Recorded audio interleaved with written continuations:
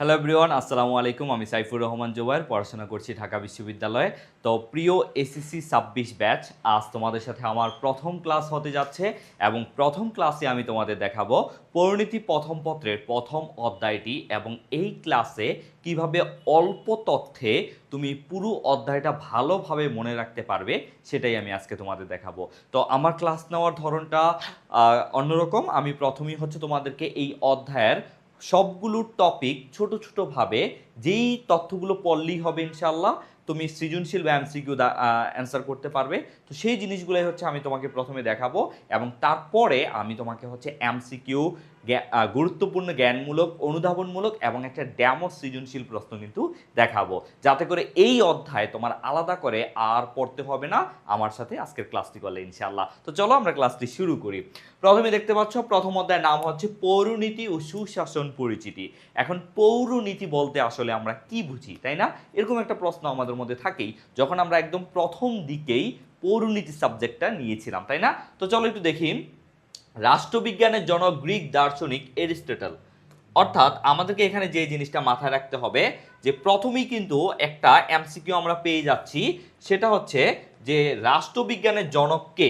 দেখো, রাষ্ট্রবিজ্ঞানের জনক গ্রিক দার্শনিক। কোন দেশের? গ্রিক।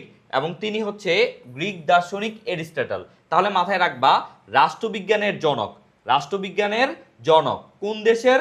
গ্রিকের। এবং তিনি কে? এরিস্টটল। তিনি বলেছেন মানুষ স্বভাবতই সামাজিক ও রাজনৈতিক জীব এবং যে সমাজে বসবাস করে না সে হয় দেবতা না হয় পশু। ঠিক এই তথ্যটা থেকে তুমি কয়টা এমসিকিউ কমন পেতে পারো? প্রথমত রাষ্ট্রবিজ্ঞানের জনককে, একটা। দুই নাম্বার, তিনি কোন দেশের? গ্রিক। তার নাম কি? এটা তো আমরা জানবই। তারপরে এটা আবার তোমাকে বলতে পারে যে এই মানুষ স্বভাবতই সামাজিক ও রাজনৈতিক জীব, এই উক্তিটা কোন বিখ্যাত দার্শনিক দিয়েছেন। তাহলে এখান থেকে কিন্তু আমরা একটা লাইন থেকে, একটা বাক্য থেকে আমরা তিনটা এমসিকিউ কমন পেতে পারি। এবং এই এমসিকিউটা শুধুমাত্র তুমি বোর্ড পরীক্ষাই না, তুমি ঢাকা বিশ্ববিদ্যালয় বলো, বিভিন্ন পাবলিক বিশ্ববিদ্যালয় পরীক্ষাও কিন্তু ইনশাল্লাহ কমন পেয়ে থাকবে। তাহলে এই তথ্যটা এখন থেকেই ভালো করে মনে রাখতে হবে।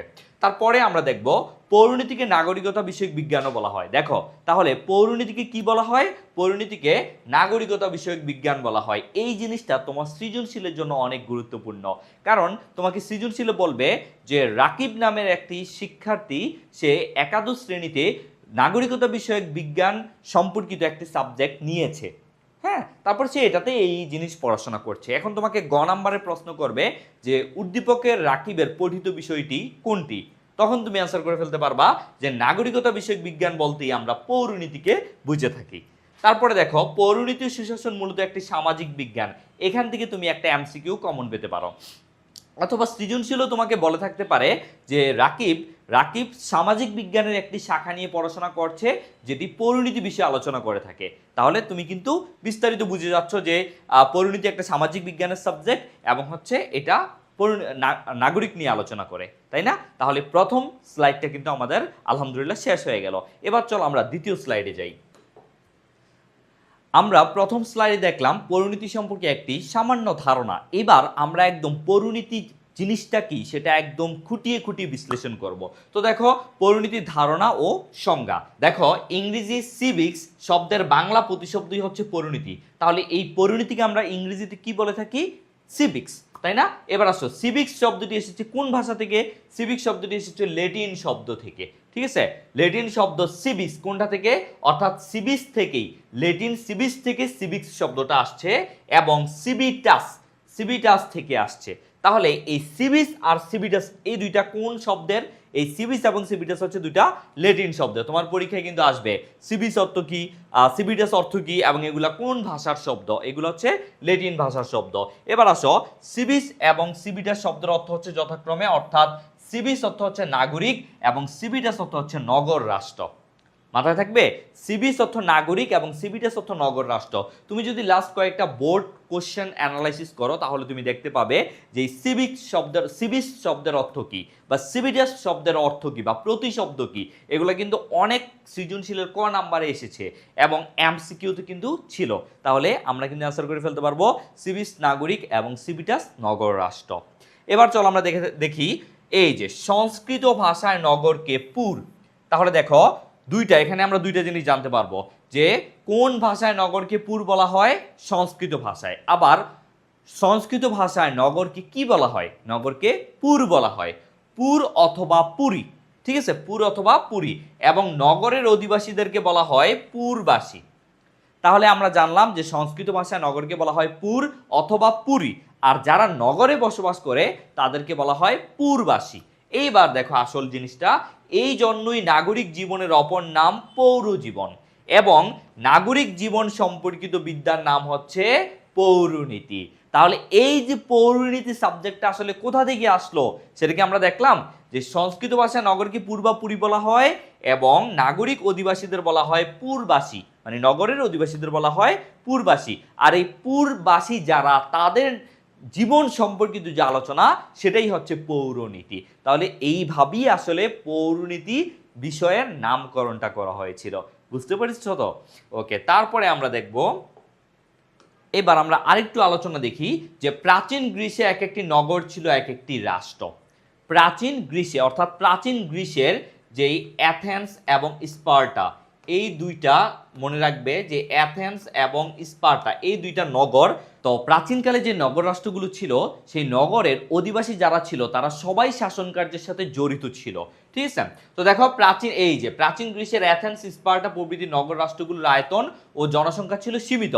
অর্থাৎ সেই নগর তো আমরা জানি, যেমন আমাদের ঢাকা একটা নগর, এই নগরটা কতটুকু, অল্প একটু বাংলাদেশের তুলনায়। তো ঠিক এরকমই গ্রিসের যে অ্যাথেন্স এবং স্পার্টা, এই দুইটা তোমার হচ্ছে ছিল কি, দেখো আয়তন এবং জনসংখ্যায় ছিল সীমিত, এবং নগর রাষ্ট্রের সকল সদস্যদের নাগরিক বলা হতো না। কেন বলা হতো না?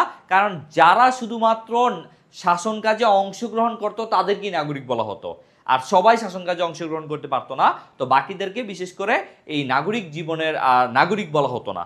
তাহলে যারা শুধুমাত্র শাসন কার্যে অংশগ্রহণ করত তাদেরকেই নাগরিক বলা হতো। ঠিক আছে, তারপরে দেখো নগর রাষ্ট্রের মধ্যে শুধু যারা রাজনৈতিক অধিকার ভোগ করতো, দেখো এই যে রাজনৈতিক অধিকার ভোগ করত, অর্থাৎ রাষ্ট্র পরিচালনায় অংশগ্রহণ করত, শুধু তাদেরকেই নাগরিক বলা হতো।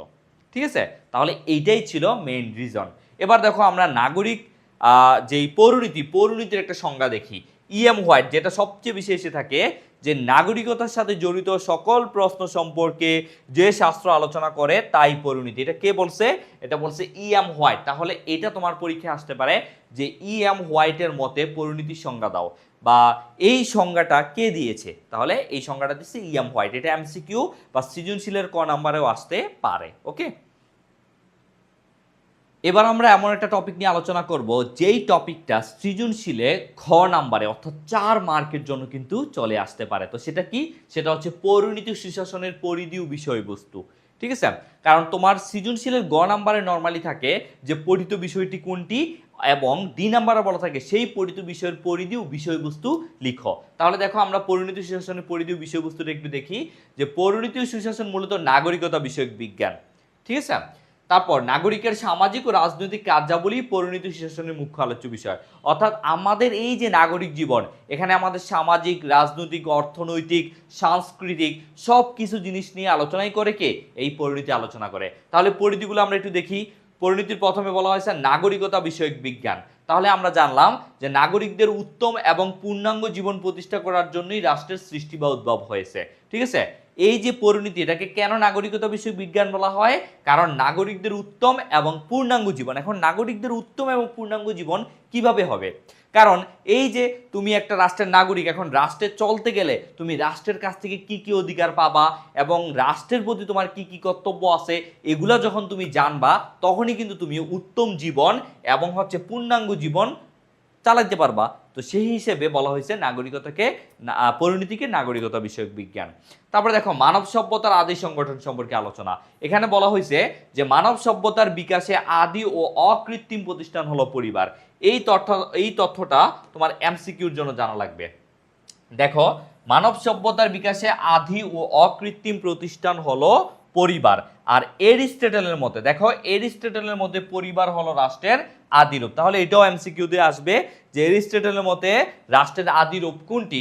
রাষ্ট্রের আদিরূপ পরিবার, অথবা রাষ্ট্রের আদিরূপ পরিবার এটা কার মতে? এটা এরিস্টটলের মতে। তুমি দেখো একদম মানব সৃষ্টির প্রথম থেকেই কিন্তু রাষ্ট্র নামে কোনো ধারণা ছিল না, তখন ছিল শুধু পরিবার ছিল।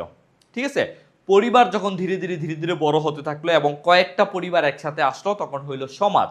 এই সমাজ থেকে ধীরে ধীরে নগর রাষ্ট্র, তারপর জাতি রাষ্ট্রের উদ্ভব।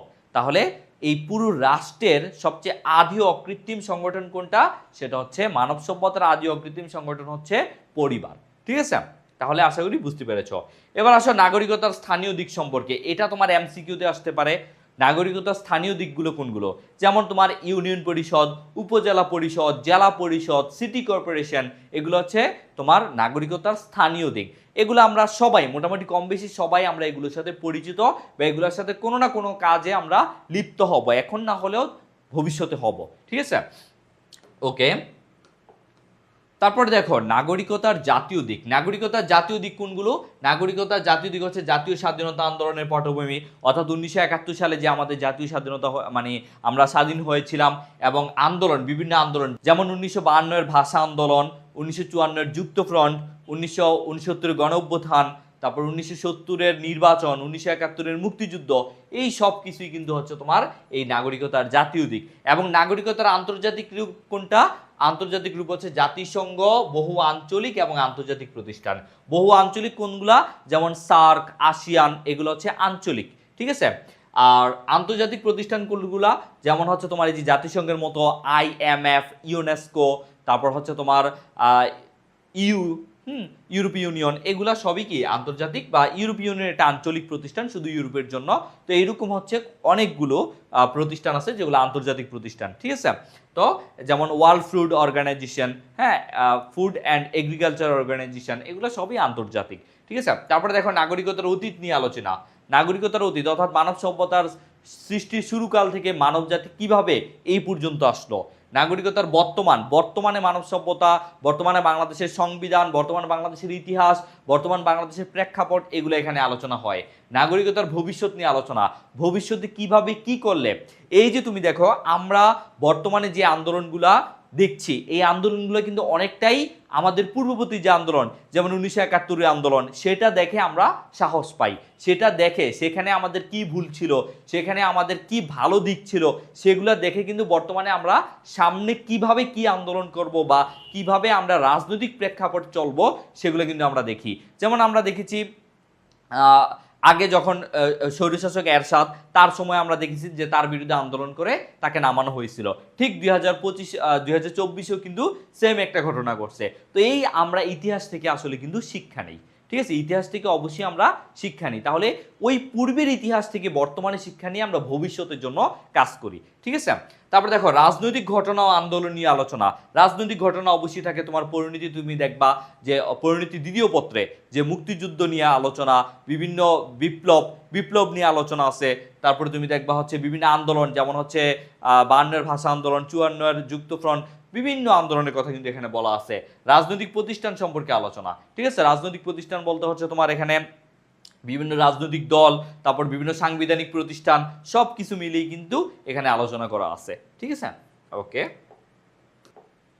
এবার আমরা দেখব পরিণতি ও সুশাসন পাঠের প্রয়োজনীয়তা, যেটা খুবই গুরুত্বপূর্ণ তোমার গ নাম্বার প্রশ্নের অ্যান্সারের জন্য। গ নাম্বার প্রশ্নে প্রায়ই আসতে দেখা যাবে যে উদ্দীপক লিখিত বিষয়টির পাঠের প্রয়োজনীয়তা লিখো। তাহলে তুমি জাস্ট এখানে যে 10টা পয়েন্ট আছে এগুলো পড়লেও কিন্তু হয়ে যাবে। দেখো, দেশপ্রেম বৃদ্ধির শিক্ষা দান করে, খুবই ইজি। পরিণতি পড়লে আমরা দেশপ্রেম বৃদ্ধি পায়, সুনাগরিকতা শিক্ষা দান করে পরিণতি, নাগরিক দৃষ্টিভঙ্গি উদ্ধার করে, সুস্থ সুন্দর সমাজ জীবন গঠনে শিক্ষা দান করে, নাগরিকতা সম্পর্কে জ্ঞান দান করে, নাগরিক অধিকার সচেতন করে, কর্তব্যবোধ, যা অধিকার কর্তব্য দুইটাই কিন্তু আছে, নাগরিকের গণতান্ত্রিক চেতনা বৃদ্ধি করে, যেহেতু এখানে গণতন্ত্র নিয়ে অনেক কিছু বলা আছে, আন্তর্জাতিক দিগন্ত উন্মোচন করে এবং ছাত্রছাত্রীদের জ্ঞানের পরিধি বিস্তৃতি করে। তাহলে এই যে 10টা পয়েন্ট আছে, 10টা পয়েন্ট কিন্তু তুমি চাইলে একটু অ্যানালাইসিস করে লিখলে তারপর কিন্তু তুমি হচ্ছে খুব সুন্দরভাবে অ্যান্সারটা দিতে পারবে। ঠিক আছে, ওকে।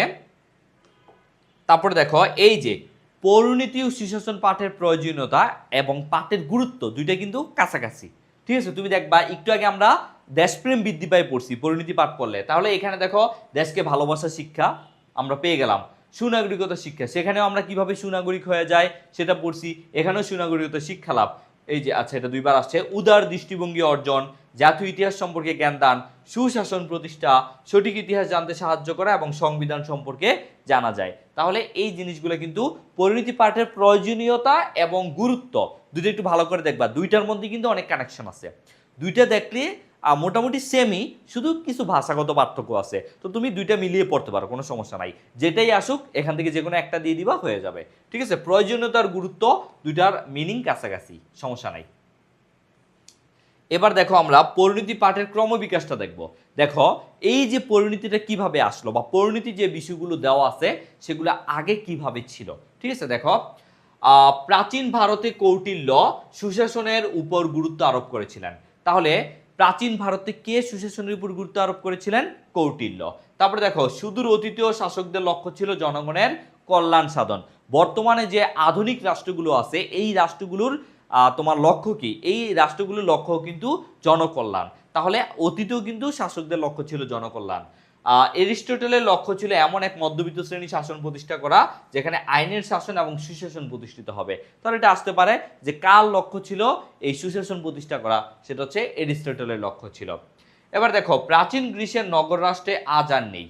তাহলে ওই যে আমরা একটু আগে বলেছিলাম গ্রিসের অ্যাথেন্স, স্পার্টা এগুলা প্রাচীন নগর ছিল, নগর রাষ্ট্র ছিল, সেগুলো কিন্তু বর্তমানে আর নেই।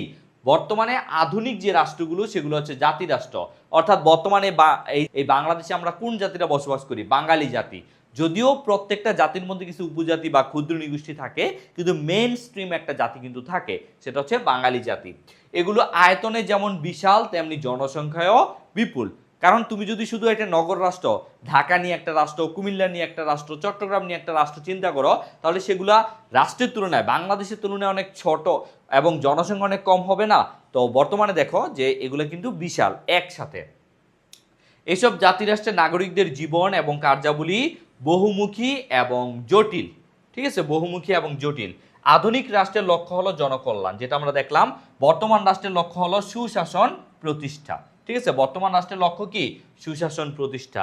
আর একটা লাস্ট দেখো পরিণতি সুশাসনের এবং রাষ্ট্রবিজ্ঞান। তোমরা দেখে থাকবে যে তোমাদের বিভিন্ন পরিণতির সাথে বিভিন্ন সাবজেক্টের কিন্তু কম্পারিজন বা সাদৃশ্য পার্থক্য নিয়ে আসা হয়েছে। তো এটা তোমরা বই থেকে পড়ে নিবা। এখানে আমি জাস্ট হচ্ছে শুধু রাষ্ট্রবিজ্ঞানটা দেখাইলাম, কারণ হচ্ছে আমি কয়েকটা যদি বলি, রাষ্ট্রবিজ্ঞান, অর্থনীতি এবং ইতিহাস, নর্মালি এই তিনটার সাথেই আসলে এই তিনটার সাথেই আসে। যদি কখনো উদ্দীপক আসে এখান থেকে, তো এটা একটু ডিফিকাল্ট এটা অ্যান্সার করা। তারপর আমি বলবো যে রাষ্ট্রবিজ্ঞানটা একটু পড়ে রাখবা। রাষ্ট্রবিজ্ঞান, অর্থনীতি, ইতিহাস, এখান থেকে যেটা আমি দেখাচ্ছি রাষ্ট্রবিজ্ঞান সম্পর্ক সর্বাপেক্ষা ঘনিষ্ঠতর, এটা আমি এমসিকিউর জন্য দেখালাম যে যদি বলা হয় পরিণতির সাথে কোন বিষয়টির সম্পর্ক সবচেয়ে ঘনিষ্ঠতর বা সহদর ভাইয়ের মতো, সেটা হচ্ছে রাষ্ট্রবিজ্ঞান। ঠিক আছে, সেটা হচ্ছে রাষ্ট্রবিজ্ঞান। কারণ এই রাষ্ট্রবিজ্ঞান তুমি যখন বিশ্ববিদ্যালয়ে যাবে তখন কিন্তু তুমি পরিণতি বলতে কোনো সাবজেক্ট পাবে না, সেখানে তুমি রাষ্ট্রবিজ্ঞান নামের একটি সাবজেক্ট পাবে, যেখানে এই পরিণতির বিষয়গুলোই আরো ইন ডিটেলস বা বিস্তারিত করে লেখা আছে। ঠিক আছে, তাহলে পরিণতি সুশাসন এবং রাষ্ট্রবিজ্ঞান হচ্ছে সম্পর্ক সর্বাপেক্ষা ঘনিষ্ঠতর এবং সহদর ভাইয়ের মতো। ঠিক আছে, এবার যদি আমরা দেখি আমাদের নেক্সট স্লাইডে কি আছে। দেখো আমি এখানে তোমাদের জন্য কিছু গুরুত্বপূর্ণ জ্ঞানমূলক এবং অনুধাবনমূলক আরও তো তোমরা পাবেই, কিন্তু লাস্ট কয়েক বছরের কোশ্চেন যদি বোর্ড কোশ্চেন অ্যানালাইসিস করো তাহলে সবচেয়ে গুরুত্বপূর্ণ কিন্তু এগুলাই। দেখো জ্ঞানমূলক, নাগরিকতার সাথে জড়িত সকল প্রশ্ন সম্পর্কে যে শাস্ত্র আলোচনা করে তাই পরিণতি, এটা আমরা মাত্র দেখিয়ে আসছি। তাহলে তোমরা যারা আসো কমেন্টে একটা অ্যান্সার দাও। তারপর দেখো পরিণতির ইংরেজি প্রতিশব্দ, এটাও কিন্তু আমরা মাত্র পড়ে এসেছি। তারপর পরিণতি কোন ধরনের বিজ্ঞান, এটাও আমরা মাত্র পড়ে এসেছি। সামাজিক বিজ্ঞান, নগর রাষ্ট্র কি, এটাও আমরা পড়ে এসেছি, যে প্রাচীন গ্রিসের যে নগর রাষ্ট্রগুলো ছিল, গ্রিসের অ্যাথেন্স, স্পার্টা, নগরগুলোর মধ্যে যে রাষ্ট্র সেগুলোই ছিল নগর রাষ্ট্র। সিভিটেস অর্থ কি, এটাও আমরা কিন্তু পড়ে আসছি। তাহলে এই পাঁচটাই ঘুরে ফিরে বিভিন্ন পরীক্ষায় আসে। তারপরে তোমরা এক্সট্রা আরো কিছু পড়বা। তো দেখো অনুধাবনমূলক আমি এখানে মাত্র 3টা দিছি, যেগুলাই বারবার আসতে দেখা যায়। পরিণতি ও সুশাসনের জ্ঞান কিভাবে দেশের অগ্রগতির জন্য সহায়ক ভূমিকা পালন করে, এখানে তোমরা কোনটা দিবা? ওই যে পরিণতির পাঠের প্রয়োজনীয়তা, সেখান থেকে তোমরা কয়েকটা পয়েন্ট নিয়ে এখানে আলোচনা করবা, তাহলেই হবে। অনুধাবনমূলক লেখার একটা ভালো পদ্ধতি হচ্ছে তুমি প্রথমেই ধরো এভাবে লিখতে পারো, খ দিয়ে এক লাইনের মধ্যে যেই জিনিসটা চেয়েছে সেটা এক লাইনে তুমি প্রথমে লিখবা। হ্যাঁ, সেটা জ্ঞানমূলকের মতো এক লাইনে লিখবে। তারপরে এক লাইন ফাঁকা দিয়ে তুমি সেখানে 1 লাইন, 2 লাইন, 3 লাইন, 4 লাইন থেকে 5 লাইন তবে 4 লাইন বা এই সব মিলিয়ে 5 লাইন লেখাটাই আমার মতো হচ্ছে খুব সুন্দর বা গুছানো, ঠিক আছে। যদি অনেক লেখার চাইতে একটা জিনিস মাথায় রাখবা, আমাদের যারা খাতা দেখবেন তারা অনেক সময় অনেকাংশে তারা তুমি কত বেশি লেখছো সেটাও দেখে, বাস্তবিক পক্ষে সেটাও দেখে, পাশাপাশি তুমি কতটা ইনফরমেটিভ লিখেছ সেটাও কিন্তু দেখে। তো সেই জন্য তোমরা যেটা করবা, প্রথমে লেখার যখন খ নাম্বার লিখবা, ক নাম্বার তো একটা বাক্যে বা একটা সেন্টেন্সে লিখবা, সেটা এক লাইনের মধ্যে শেষ হওয়া ভালো। তবে শুধু ছোট লিখবে না, শুধু ছোট লিখবে না। যেমন পরিণতির ইংরেজি প্রতিশব্দ কি, তুমি এটা এভাবে লিখবে যে পরিণতির ইংরেজি প্রতিশব্দ সিভিক্স, সিভিক্স। তাহলে শুধু সিভিক্স লিখে দিবা না, এক্ষেত্রে স্যাররা একটু বিরক্ত হয়, ঠিক আছে। সেক্ষেত্রে তোমরা পরিণতির ইংরেজি প্রতিশব্দ হলো সিভিক্স এভাবে লিখবা, তাহলে ক নাম্বার শেষ। তারপর খ নাম্বারে এসে এই যেমন দেশের অগ্রগতির জন্য সহায়ক ভূমিকা পালন করে, হ্যাঁ, বা স্বচ্ছতা ধারণা, বা আমি যদি এখানে বলি পরিণতিকে নাগরিকতা বিষয়ক বিজ্ঞান বলা হয় কেন, ধরো এই প্রশ্নটাই, পরিণতিকে নাগরিকতা বিষয়ক বিজ্ঞান নিয়ে বিজ্ঞান বলা হয় কেন, তখন তুমি প্রথম লাইনে লিখবা যে পরিণতিকে নাগরিকতা বিষয়ক বিজ্ঞান বলা হয় কারণ এই বিষয়টি পরিণতি নিয়ে আলোচনা করে বা পরিণতির সামগ্রিক দিক নিয়ে আলোচনা করে, এটা তুমি প্রথমে লিখবা। তারপরে তুমি এই যে 4 লাইন বা 5 লাইন এখানে তুমি লিখবা যে আমরা জানি যে পরিণতি, আমরা জানি বলার দরকার নাই, যে পরিণতি বিষয়টিতে এই জিনিস হচ্ছে আলোচনা করা হয় না, পরিণতির নাগরিক দিক, পরিণতির নাগরিকের অতীত দিক, স্থানীয় দিক, জাতীয় দিক, এবং হচ্ছে নাগরিকতার যে বিভিন্ন রাজনৈতিক দিক এবং তাদের রাজনৈতিক জীবন, সামাজিক জীবন, সব কিছু হচ্ছে পরিণতিতে আলোচনা করা হয়। এই জন্যই পরিণতিকে নাগরিকতা বিষয়ক বিজ্ঞান বলা হয়, এবং এখানে নাগরিকের রাষ্ট্রীয় অধিকার, কর্তব্য আলোচনা করা হয়, ঠিক আছে। এটা তোমরা সব মিলিয়ে 5 লাইন লিখলেই এনাফ ইনশাআল্লাহ, আশা করি, ঠিক আছে। ওকে, এবার দেখো আমি তোমাদের একটি সৃজনশীল প্রশ্ন দেখাচ্ছি, যেটা আদমজী ক্যান্টনমেন্ট কলেজের একটি বিগত প্রশ্ন, এবং এখানে কি বলা আছে দেখো, একাদশ শ্রেণীর ছাত্র, একটু জাস্ট কিভাবে পড়বা আমি সেটা একটু দেখাই। মনে করো তুমি এখন পরীক্ষার হলে আছো, ঠিক আছে, তো এখন তুমি কিভাবে পড়বা। একাদশ শ্রেণীর ছাত্র রাশেদ এবং তাহসিন ভাষ্যমতে সরকার ও রাজনীতি বিষয়ে পড়াশোনা করতে চায়, ঠিক আছে। একাদশ শ্রেণীর ছাত্র রাশেদ ও তাহসিন তারা ভবিষ্যতে সরকার ও রাজনীতি বিষয়ে পড়াশোনা করতে চায়। এই জন্য তারা তাদের পাঠ্যসূচির অন্তর্ভুক্ত একটি বিষয় নেওয়ার প্রয়োজন বোধ করে, কারণ বিষয়টি পাঠ করলে তারা রাষ্ট্র, সংবিধান, নাগরিকদের করণীয়, বর্জনীয় এবং দেশের রাজনীতির সঠিক ইতিহাস সম্পর্কে জানতে পারবে। এখন তুমি একটু চিন্তা করো তো, দেখো আমরা একটু এবার প্রশ্নটা দেখি, নগররাষ্ট্র বলতে কি বুঝো। দেখো আমরা একটু আগে কিন্তু দেখাই আসছি নগররাষ্ট্র বলতে কি বুঝো, এবং সুশাসনের সাথে জবাবদিহিতা সম্পর্ক ব্যাখ্যা করো। এটা নর্মালি তোমার হচ্ছে 3য় অধ্যায়ের প্রশ্ন, যাই হোক এখানে দিছে। তো গ নাম্বার প্রশ্নটা দেখো, উদ্দীপকে উল্লিখিত বিষয়টি কি। তাহলে দেখো তোমার গ নাম্বারের প্রশ্নটা চলে আসছে কি, উদ্দীপকে উল্লিখিত বিষয়টি কি। তাহলে তুমি গ নাম্বারটা কিভাবে লিখবা, এই যে গ নাম্বার এভাবে দিয়ে তুমি প্রথম লাইন লিখবা, উদ্দীপকে উল্লিখিত বিষয়টি হচ্ছে পরিণতি ও সুশাসন, লিখছো না, উদ্দীপকে উল্লিখিত বিষয়টি হচ্ছে পরিণতি ও সুশাসন। এবার দেখো তোমার আর কি চাইছে, তার বিষয়বস্তু আলোচনা করো। তার বিষয়বস্তু অর্থাৎ পরিণতির যে পরিণতির পরিধিগুলো এখানে জানতে চাইছে, ঠিক আছে। এই বিষয়বস্তু বলতে এখানে তোমার পরিধি এবং হচ্ছে তুমি পরিধিটা আলোচনা করবা। তারপর তুমি তো প্রথমে লেখছো যে উদ্দীপকে উল্লিখিত বিষয়টি হচ্ছে পরিণতি, এবার কেন পরিণতি সেটা তুমি 4 লাইনে ব্যাখ্যা করবা। কয় লাইনে? 4 লাইনে। তুমি লিখবা যে পরিণতি বিষয়টিতে যে হচ্ছে নাগরিকের সামগ্রিক বিষয় আলোচনা করা হয়, সেখানে একটা রাষ্ট্র সম্পর্কে আলোচনা করা হয়, সংবিধান সম্পর্কে আলোচনা করা হয়, নাগরিকের অধিকার, কর্তব্য এবং রাজনৈতিক বিভিন্ন পটভূমি নিয়ে আলোচনা করা হয়। এটা তুমি 4 লাইনে লেখলা। এই ক নাম্বারকে বিশেষায়িত করার জন্য তুমি এই 4 লাইন লেখলা। এটা তোমার কেমন হইলো, ওই খ নাম্বারের মতো তোমার কি হইলো, এই একটা লাইন এবং একটা লাইন স্পেস দিয়ে তুমি আর 4টা বা 5টা লাইন লেখলা। তারপরে তুমি হচ্ছে এই 2টা বিষয় আর উদ্দীপকের সাথে মিলাবা। এইবার তুমি তার নিচে থেকে আবার 1 লাইন স্পেস দিয়ে তুমি লিখবা যে উদ্দীপকে উল্লিখিত রাশেদ ও তাহসিন তারা ভবিষ্যতে সরকার ও রাজনীতি বিষয়ে পড়াশোনা করতে চায়। আমরা জানি যে পরিণতিতে সরকার, রাজনীতি, রাষ্ট্র, সংবিধান, নাগরিক নিয়ে আলোচনা করা হয়। তুমি দেখো তোমার অন্য কোনো বইতে তুমি যেদিন পরিণতি পরীক্ষা দিবা সেদিনকে অন্য কোনো বিষয় নিয়ে আসবে না। যদি তোমার ওই যে প্রথম পত্রের ইতিহাস তারপর হচ্ছে তোমার অন্যান্য বিষয় নিয়ে আসে, তাও সেখানে কিন্তু এত ডিটেলসে দিবে না। অর্থনীতি আসলে সেখানে অবশ্যই অর্থ নিয়ে লেখা থাকবে, ইতিহাস নিয়ে আসলে সেখানে অবশ্যই শুধু ইতিহাস নিয়ে লেখা থাকবে, কিন্তু এখানে কিন্তু তোমার রাষ্ট্র, সংবিধান, নাগরিকের অধিকার, কর্তব্য সব বলা আছে, যেগুলো কিন্তু ওই যে আমরা পরিধিতে পড়ে আসছি, যে সংবিধান সম্পর্কে জানা যায়, তারপর হচ্ছে তোমার রাষ্ট্র সম্পর্কে জানা যায়, অধিকার কর্তব্য সম্পর্কে জানা যায়, তাই না? সেগুলোই তুমি এখানে বিস্তারিত লিখে দিবা। আমি বলবো যে গ নাম্বারে তোমরা 2 পেজ লিখতে পারো, যদি সময় থাকে 2 পেজ লিখতে পারো, না হলে আমি বলবো 1.5 পেজ লেখা স্ট্যান্ডার্ড। ঠিক আছে, 1.5 পেজ লিখলে তোমাকে 3-এ 2 বা 3-এ 3 দিতে পারে। ঠিক আছে, তবে 1.5 পেজের কম লিখবা না। 1.5 পেজ বলতে ধরো আমি বলতে চাচ্ছি যে এরকম একটা পেজ এবং আরেকটা পেজের অর্ধেক বা একটা পেজের অর্ধেক লেখার পরে কিন্তু বাকি অর্ধেক লেখা লাগে। যদি তুমি এটাকে 4 ভাগে ভাগ করে যদি তুমি 3 ভাগ পর্যন্ত লিখে ফেলো, তাহলে তোমার আর সেটার বাকি অংশ লেখা লাগবে না। তবে পরীক্ষার খাতায় অবশ্যই প্রথম যে কত ভাগ, প্রথম যে হচ্ছে এটাকে আমরা 4 ভাগে ভাগ করব। 4 ভাগে ভাগ করে তুমি যদি প্রথম 2 অংশ মানে অর্ধেক লিখো, তাহলে কিন্তু তোমার বাকি অর্ধেকে বাকি ঘ এর কিছু অংশ লেখা লাগবে।